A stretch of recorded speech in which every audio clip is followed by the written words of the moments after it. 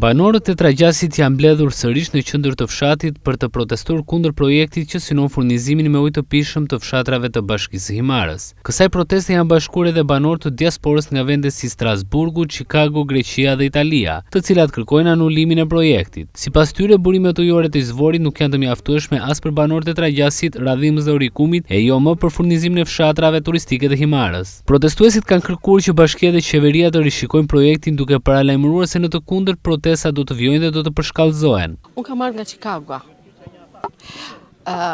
Kam udhëtuar sepse pash një ngjarje tragjike. Polici në fshatin ton, neve nuk njefnim. Njefnim një polic në Rikum. Kur unë shikoj policët të pajisur me mjete mbrojtëse dhe mjete sulmuse, varur në penxheret e bashkëfshatarëve të mi, u zhgënjeva. Më dhëmti në shpirt. Isha në një proces ekzaminime mjekësore për problemet që ka mosha, mirë po i lash të tëra. I hypa aeroplanit i thash djalet, unë duat t'i se duat vdes në Tragjas. Dhe mam tha, si kemi bërë planet akoma, tha për atje. Thash, në duket se m'ka vdekja se po i vdiqi zvari Tragjasit, ne jemi të vdekur. Përgatitjet, legalizimet me liqet gjitha për shoqatën tonë. Për këtë shoqen. Po protesta si mund të jemi indiferent karshi protestës. Ne këtu kemi lindur, këtu jemi rritur. Po të mos ta mbështesim neve, kush do ta mbështesi? Do vinë nga krajinat e tjera. Ere pa që i bashkoni thirrjes së banorëve duke ardhur apo do të vazhdoni të vini dhe? Tani lindi problemi parë që lindi, ne s'kemi patur probleme, të paktën si fshat, ne nuk kemi patur probleme, sa lindi një problem, të gjithë ju përgjigjëm. Dhe jemi këtu. Dhe do të vazhdojmë të jemi. Si që thash dhe më parë, ne do të vazhdojmë me protestat, duke mbështetur të gjithë, do me thënë fshatin, krahinën, duke dhënë mbështetje avokatëve tanë nëpërmjet specialistëve të vendit, specialistëve, do me thënë këtu në Shqipëri, ndoshta edhe specialistë që mund të sjellim nga Italia. Do të vazhdoni me kërkesat tuaja dhe ku do të drejtoheni kërkesave të radhës? Këtu ishte me banorët. Nuk kishit asnjë të pushtetit vendor apo qendror për të problemet? Ne me kërkesat tona do të vazhdojmë. Siç ju informova pak më parë, jemi futur anës ligjore, bordi i fshatit, drejtuesat e fshatit kanë prezantuar, do me thënë, anën ligjore, kemi avokatin, kanë zgjedhur avokatin me një fjalë dhe janë bërë ato, do me thënë, aktivitetet dhe padit e dushme në këtë rast. Nga informimet që kam, biles dhe SPAK është përgjigjur. Ka dhe në përgjigjen, të paktën përgjigjen paraprake. Me këta banor, ju urej atyre të jenë të fortë, të vazhdojnë përpjekjet e tyre dhe sigurisht mbështetjen tonë do ta kenë pafund. Unë vi nga Strasburgu, jetoj atje për 18 vjetësh edhe e ndjeva të arsyeshme të vija sot. Ju bashkove thirrjes së tyre? Patjetër që u bashkova thirrjes së tyre, kam ndjekur nga larg këtë fushat, këtë gjë. Dhe e ndjeva të nevojshme të isha pranë tyre.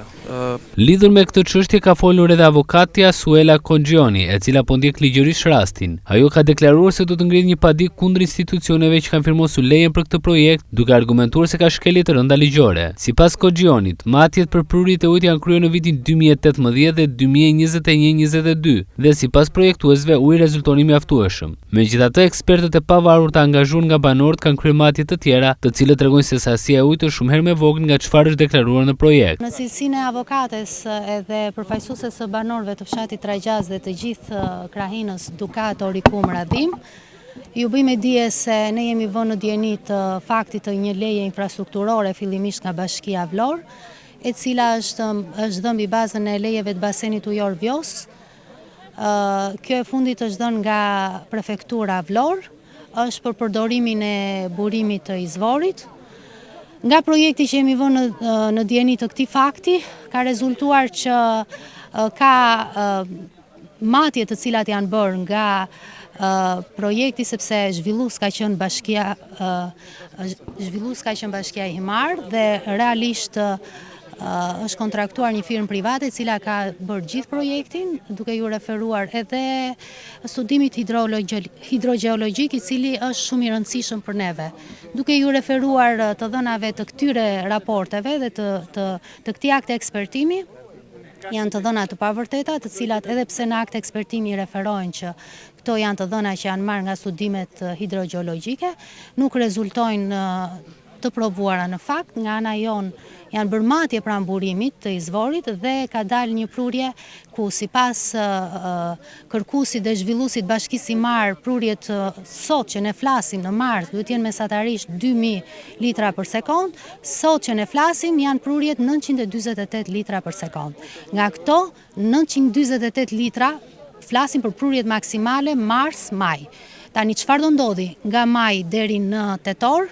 Dhe duhet marrim në konsiderat faktin që ky ujë, pra ky burim, këto dy burime dhe ky lumi i izvorit do duhet që të vlerësohet që të furnizoj banorët e fshatit Trajgjaz, banorët e fshatit Radhim, të ketë ujë për vaditjen e tokave bujqësore dhe njëkohësisht të ketë edhe ujë për ekosistemin, një rënje lirë që e quajnë, e konsiderojnë nga pikpamja profesionale.